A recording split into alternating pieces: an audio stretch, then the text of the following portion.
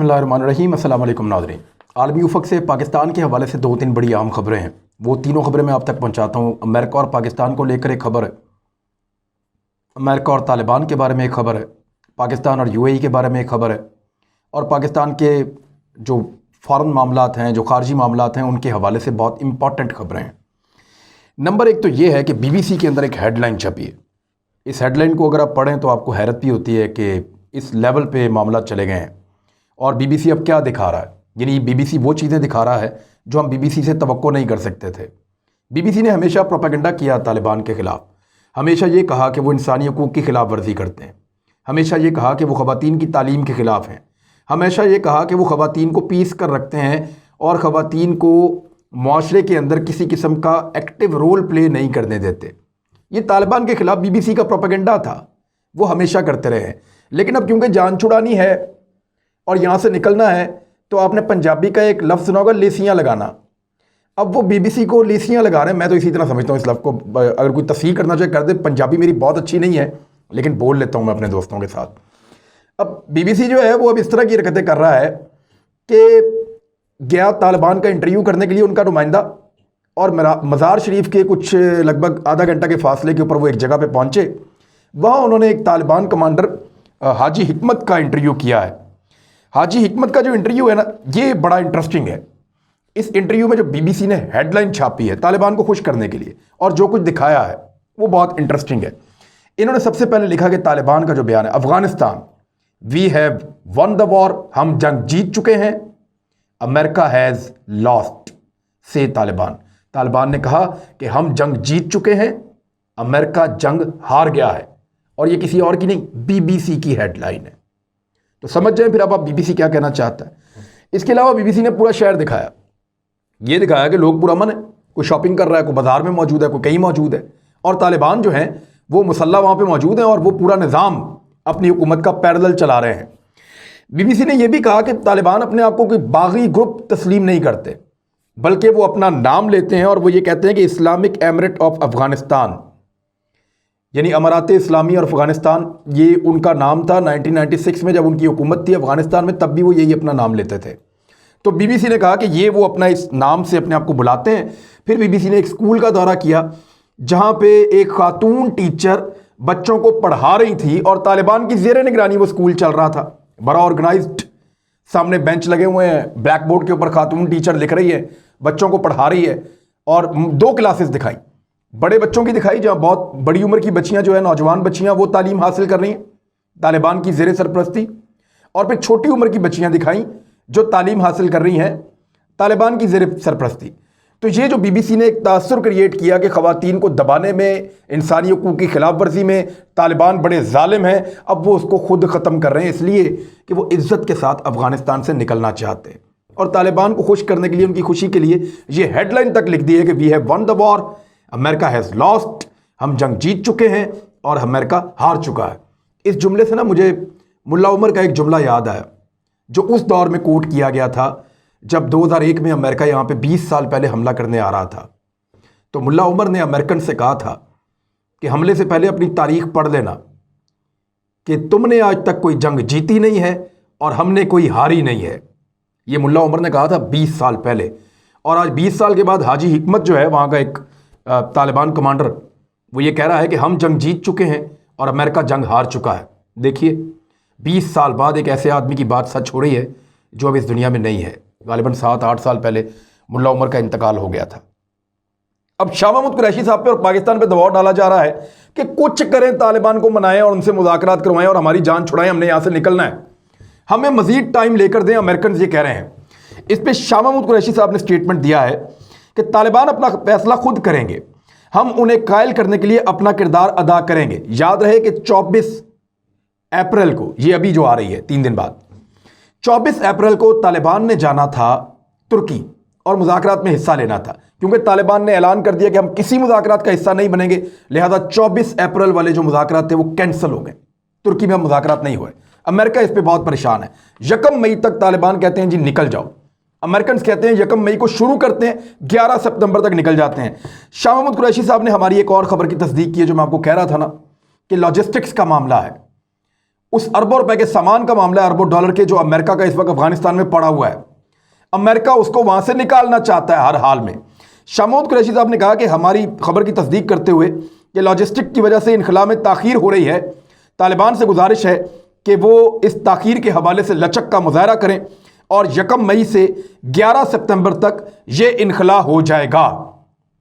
ساتھ ہی ساتھ شاہ محمود قریشی صاحب نے انڈیا والے معاملے کا بھی جواب دیا۔ یہ UAE میں موجود ہیں اس وقت، اور متحدہ عرب امارات میں بڑی امپورٹنٹ 2 ڈیولپمنٹ ہے، وہ بھی میں آپ کو بتاتا ہوں۔ پھر بتاتا ہوں کہ عمران خان صاحب کو امریکہ نے کیسے تسلیم کیا، اور کیسے عمران خان صاحب نے، وزیر اعظم پاکستان نے، آپ کے لیے بڑی فخر کی بات ہے، انہوں نے امریکہ کے سامنے، دنیا کی سب سے بڑی طاقت کے سامنے اپنے آپ کو منوایا ایک اکیلے آدمی نے۔ کیسے، وہ میں آپ کو بھی بتاتا ہوں۔ لیکن پہلے آپ یہ دیکھیں کہ انہوں نے ایک دفعہ پھر کہا کہ انڈیا سے براہ راست بات چیت ہماری ہو سکتی ہے، شاہ محمود قریشی نے کہا، لیکن کشمیر میں جو 370 ہے اس کو بحال کرے، جو خصوصی سٹیٹس ہے کشمیر کا اس کو بحال کیا جائے۔ ہمارا پہلے دن والا موقف وہ ابھی تک موقف موجود ہے۔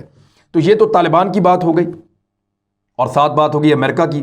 امریکہ کو پاکستان کی بہت ضرورت ہے، لیکن ذرا تھوڑا سا دیکھ لیتے ہیں کہ وہاں کیا ہوا جہاں شاہ محمود قریشی صاحب موجود ہیں اس وقت UAE میں۔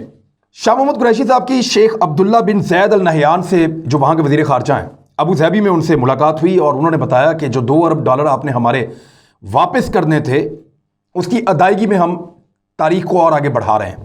ہمیں یہ پیسہ 19 اپریل 2021 تک واپس کرنا تھا، لیکن پاکستان کا کچھ تھوڑا سا بیلنس کا ایشو ہے، پاکستان ابھی یہ کر نہیں سکتا تھا، تو UAE نے پاکستان پہ یہ مہربانی کی ہے اور پاکستان کو یہ موقع دیا ہے کہ ہم آپ کو اور وقت دے دیتے ہیں، آپ آرام سے واپس کیجیے گا۔ بیسیکلی انہوں نے ہمیں جو پیسہ دینا تھا وہ 3 ارب ڈالر دینے تھے، اور 3 ارب ڈالر کا ادھار تیل دینا تھا۔ تیل تو ہو نہیں سکا، اور 2 ارب ڈالر انہوں نے دیے تھے، لیکن اب وہ واپس مانگ رہے تھے، تو انہوں نے توسیع کر دی ہے ٹائم میں، ان کی مہربانی، اور پاکستان کو اس سے کچھ ریلیف ملے گا۔ یہ ایک ریلیف لیا شاہ محمود قریشی صاحب نے وہاں پہ۔ دوسرا ایک اور جو ریلیف لینے کی انہوں نے کوشش کی، انہوں نے کہا جی کہ ویزوں کے اجرا جو معطل کر دیا گیا ہے 12 ملکوں کو، اور یہ سارے 12 کے 12 مسلمان ملک ہیں، حیرت کی بات یہ ہے 12 مسلمان ملکوں کو انہوں نے ویزوں کا اجرا بند کر دیا UAE نے، اور ان میں پاکستان بھی شامل ہے، کوئی غیر مسلم ملک اس میں نہیں ہے۔ اب وہ 12 ملک جو ہیں ان میں شاہ محمود قریشی صاحب نے کہا جی ہمیں وزٹ ویزاز کا بھی اجرا کیا جائے، اور دوسرا جو پاکستانی شہریوں کو ورک ویزا دینے پر جو پابندی لگائی گئی ہے UAE میں، اس کو ختم کیا جائے، کیونکہ 16 لاکھ پاکستانی وہاں کام کرتے ہیں، اور پاکستان زر مبادلہ کے حوالے سے جو باہر سے پیسہ آتا ہے، ریمیٹنس آتی ہیں، اس حوالے سے پاکستان UAE پہ کافی انحصار کرتا ہے۔ 16 لاکھ پاکستانی غالباً وہاں پہ، اس کے لگ بھگ پاکستانی وہاں کام کرتے ہیں۔ بہت سارے پاکستانیوں کو بھی جانے میں دشواری ہے جو واپس آئے تھے، کیونکہ ورک پرمٹ جو ہے وہ ایشو نہیں کیا جا رہا ہے، ورک ویزا ایشو نہیں کیا جا رہا ہے۔ اب شاہ محمود قریشی صاحب نے یہ ایشو اٹھایا، تو جو UAE کی حکومت ہے انہوں نے مثبت پیش رفت کی امید دلائی ہے۔ ہو سکتا ہے آنے والے دنوں میں اس پہ پیش رفت ہو جائے، تو یہ ایک اچھی بات ہے، لیکن یہ فرق پتہ کب پڑتا ہے؟ جب آپ کے اپنے وزیر خارجہ کے پاس اقامہ ہو، آپ کے اپنے وزیر اعظم کے پاس اقامہ ہو UAE کا، تو پھر آپ ان کے ساتھ اتنی کھل کے بات نہیں کر سکتے، ایسے مطالبات آپ نہیں کر سکتے۔ لیکن اگر آپ اقامے والے نہ ہوں، آپ صرف اپنے ملک کے لیے جائیں اور جا کے بات چیت کریں، تو پھر آپ بہت کچھ کہہ سکتے ہیں۔ اب میں آپ کو بتاتا ہوں ایک اور چیز، وہ ملک جس نے ہمارے ایک وزیر اعظم کے کپڑے تک اتروا لیے تھے ایئرپورٹ پہ، یہ تھوڑا عرصہ پہلے کی بات ہے، بہت پرانی بات نہیں ہے۔ آج وہ وزیر اعظم، ایک دن پہلے کی بات ہے، آپ سن رہے تھے، وہ بہت غصے میں تھے۔ انہوں نے کہا اسپیکر کو میں جوتا اٹھا کے آپ کو مار دوں گا۔ یہاں ان کو غصہ آ رہا ہے، صرف ان کو بولنے نہیں دیا جا رہا، ادھر اگلوں نے کپڑے اتروا دیے، وہاں پہ ان کی زبان نہیں کھلی۔ یعنی عجیب بات لگتی ہے نا آپ کو؟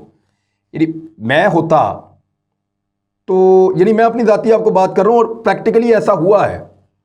آج سے چند سال پہلے مجھے کچھ دوستوں نے برطانیہ میں دعوت دی کہ آپ برطانیہ آ جائیں۔ یہ بات ہے کچھ 6 سال پہلے کی، 6 یا 7 سال پہلے کی۔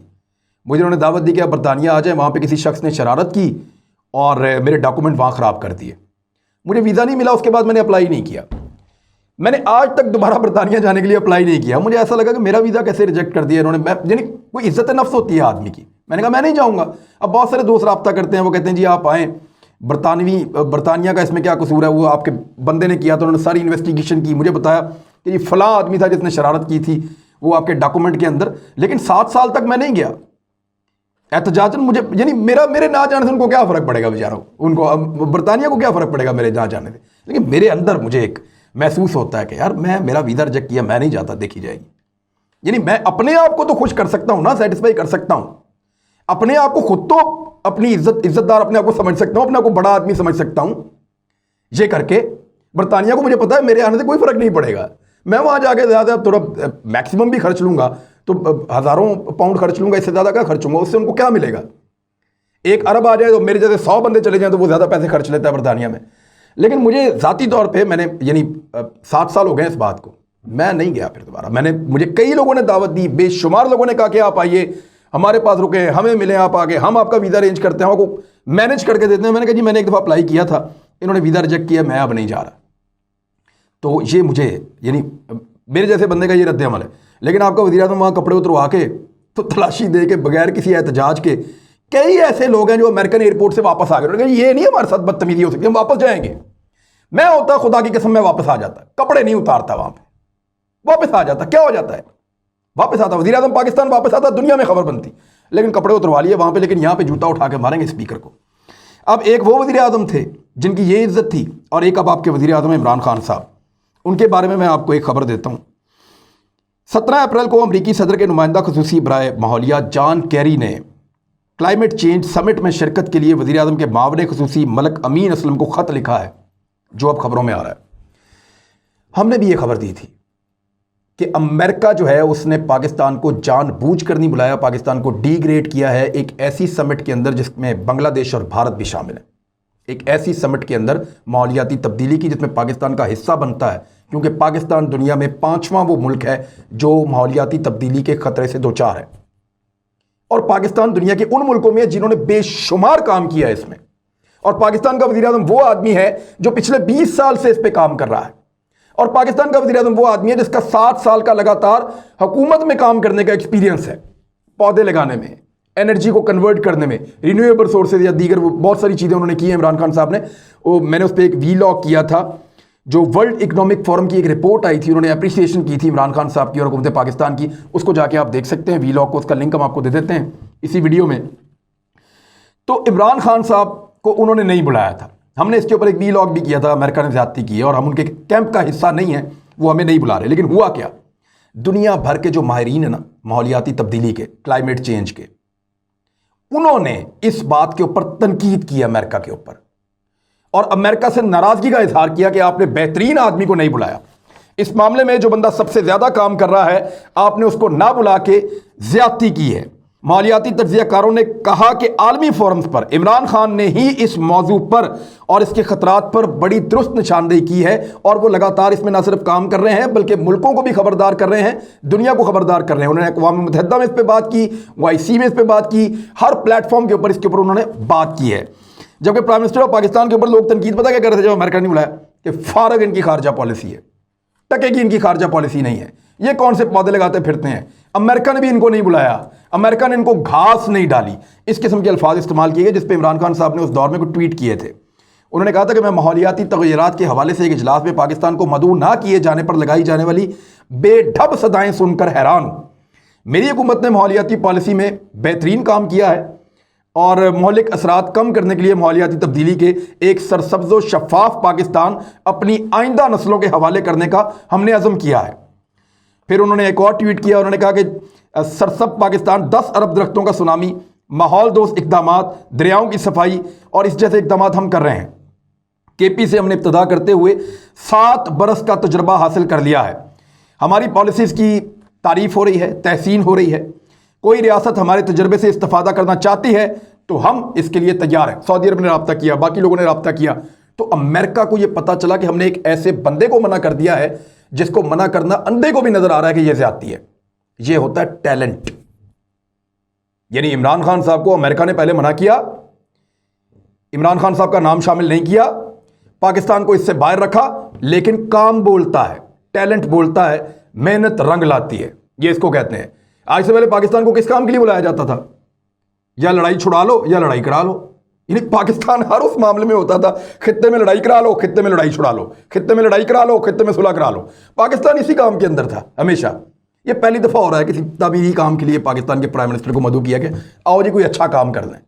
اور یہ پاکستان کا ایک پازیٹو اور اچھا امیج ہے جس کے لیے پاکستان نے نہیں، عالمی فورمز کے اوپر ماہرین نے آواز اٹھائی اور انہوں نے کہا کہ یہ آدمی آپ مس کر رہے ہیں اور یہ آپ زیادتی کر رہے ہیں، اس کو بلائیں، اس کو شامل کریں. تو عمران خان صاحب کو شامل کیا گیا ہے.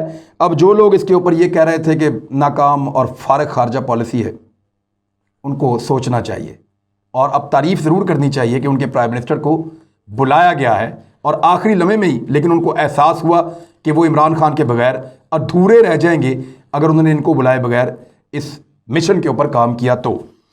دوسری ایک چیز ہے کہ میاں نواز شریف صاحب پچھلے دنوں کتنے بندے فوت ہو گئے، پولیس والے بھی، لبیک والے بھی، لوگوں کی املاک جل گئی، نہیں بولے۔ اب سارا ان کے معاملے کے اوپر وہ اب بولے ہیں، چلو اچھا بولے تو صحیح، لیکن میاں نواز شریف صاحب نے وہ جو اصل معاملہ ہے، حساس معاملہ، اس کے اوپر کوئی خاص بات چیت نہیں کی ہے۔ اس پہ بھی ان کا انتظار ہے کہ وہ کب اس پہ بات کرتے ہیں اور اپنا موقف پیش کرتے ہیں، خاص طور پہ فرانسیسی سفیر کو نکالنے کے حوالے سے، کیونکہ میرے خیال میں جیسے وہ کلبھوشن کا نام نہیں لیتے تھے نا، ایسے ہی وہ فرانسیسی سفیر کو نکالنے کے معاملے کے اوپر بھی خوف زدہ رہیں گے، کیونکہ ان کے مسائل کچھ اور ہیں۔ اب تک کے لیے اتنا ہی، اپنا خیال رکھیے گا، اپنے اس چینل کا بھی۔ اللہ حافظ۔